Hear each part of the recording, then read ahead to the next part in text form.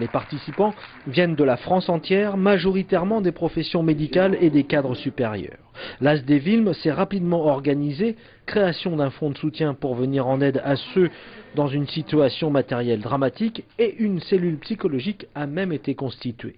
Le président a beaucoup de griefs envers les auteurs présumés de cette vaste escroquerie, les patrons d'Apollonia, les notaires, les promoteurs immobiliers et aussi les banques. Ces gens-là nous ont poursuivis, nous ont assignés, nous ont saisi des salaires, des honoraires, des biens personnels, les ont vendus, bradés aux enchères, puis on s'est aperçu que c'était eux qui les avaient rachetés par des sociétés qu'ils avaient créées pour cela.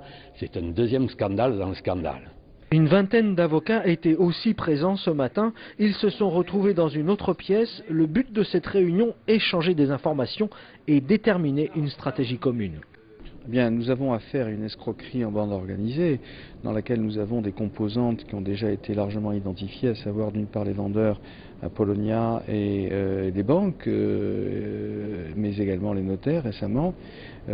Et donc nous pensons que la coaction de ces trois composantes à minima a pu malheureusement faire en sorte que cette tragédie se réalise.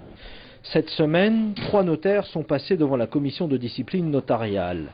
Déjà mis en examen dans cette affaire pour complicité d'escroquerie et placés en détention provisoire de mi-janvier à fin mars. 2 Aixois, Jean-Pierre Brinès et Cyril Courant, ont été suspendus.